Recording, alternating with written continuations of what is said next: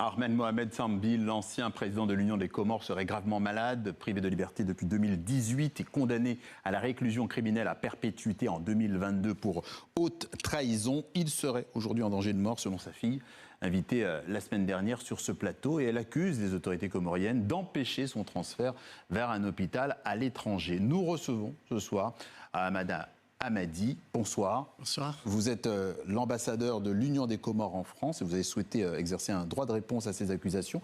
On va d'abord les réentendre de la bouche même de l'intéressé et on revient vers vous. Ils ont fait faire une contre-expertise à cette expertise de son médecin traitant par 4 médecins, dont 2 cardiologues.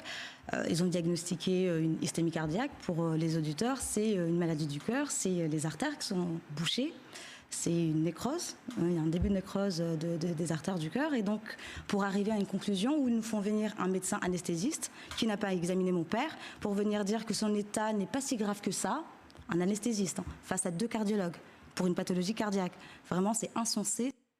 Voilà, Tislam Sambi, avocate et fille de l'ancien président, qui met en cause la contre-expertise médicale demandée par les autorités, dénonce les conditions de détention de son père et affirme que son pronostic vital est engagé. Qu'est-ce qui est faux dans ce que nous venons d'entendre? Non, mais tout est faux. Tout est faux, excusez-moi. Monsieur Sambi est quelqu'un qui a été jugé dans une affaire judiciaire, qui est en prison dans sa villa, dans sa résidence, une maison qui lui a été donnée par l'État comorien quand il a fini ses fonctions de président. Il est dans cette villa avec son personnel domestique, il en jouit et voilà, il est là. Donc la question c'est que dans tout ce qu'on raconte, on essaie de nous enfermer. Il n'est pas malade, c'est ça? Mais il a les bobos de son âge, il a les pathologies d'un homme de 68 ans. Donc ce que je veux vous dire, c'est qu'on veut nous enfermer dans une sorte de dictature de l'émotion pour essayer de faire pression sur la justice et écourter la détention de M. Sambi. Et c'est ça qui est inadmissible. Parce que M. Sambi a été emprisonné, il est en prison, il n'est pas gravement malade. Les réseaux sociaux et tout le tralala que l'on écoute, c'est du mensonge, mais les réseaux sociaux ont donné à l'idiotie une parole universelle. Vous dites qu'il n'est pas malade, donc vous remettez en question, en cause ce qu'a dit sa fille et ce qu'ont dit un certain nombre de médecins. Mais sa fille, on peut la comprendre, Ce qui m'étonne. Mais les médecins aussi se sont exprimés. Vous avez demandé une contre-expertise, si j'ai bien compris. Non, mais ce qui a été dit. M. Sambi peut être malade, mais ce n'est pas une maladie qui exige une évacuation sanitaire. La justice, le dossier médical ne l'a pas dit. Il a parlé de traitement et la décision dépend de la justice. Je vous rappelle que M. Sambi n'est pas un prisonnier politique. Donc le président de la République n'est pas allé ouvrir une geôle, mettre M. Sambi, fermer à clé et puis ramener les clés chez soi. M. Sambi a été jugé par la justice. Le drame, c'est qu'on essaie de politiser une affaire qui est finalement une affaire très simple. Et qui concerne de toute façon une personnalité politique, donc elle est forcément politisée. Mais monsieur l'ambassadeur, est-ce que vous pouvez nous assurer qu'il bénéficie des soins conformes aux obligations internationales des Comores? M. Sambi a son personnel domestique dans la résidence où il y est. C'est le personnel médical? Il a son médecin qui est là régulièrement. M. Sambi reçoit les visites qu'il souhaite. Je vous rappelle que la justice a décidé de le laisser dans cette résidence-là.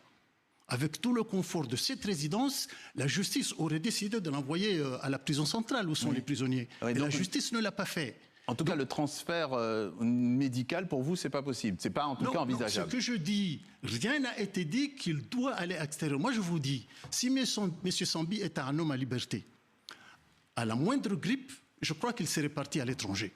Comme le font certains quand ils sont malades. Quand j'entends la fille Sambi dire que dans notre pays, même pour un accouchement, les gens sont obligés d'aller à l'étranger, c'est insulter le corps médical. C'est insulter son papa, qui a été président de la République pendant 5 ans. Et c'est lui qui l'a suivi, qui était du même bord politique pendant 5 ans aussi. Donc, soyons raisonnables. Totalement et entièrement soigné dans son pays. Il peut être soigné dans son pays parce que aucun dossier médical n'a dit qu'il devait aller à l'étranger. Et cette décision-là, si elle devait être prise, elle s'est prise par la justice. Et la justice ne l'a pas décidé. Que M. Sambi soit malade, oui. Quel est l'homme de 68 ans qui se lève le matin, qui n'a pas un genou bloqué, un muscle bloqué, très bien, une épaule qui on craque, parle de etc. problèmes plutôt que dans le problème cardiaque, on ne parle pas de problème de jambes. Problème cardiaque, évidemment, on essaie un peu... Vous avez peur qu'il tente de fuir, éventuellement? Moi, ce que je... Non, le problème n'est pas celui-là. Merci. Vous savez, je vais vous faire une confidence. Rapidement, il nous reste plus beaucoup de temps. Très rapidement, nous sommes un pays musulman,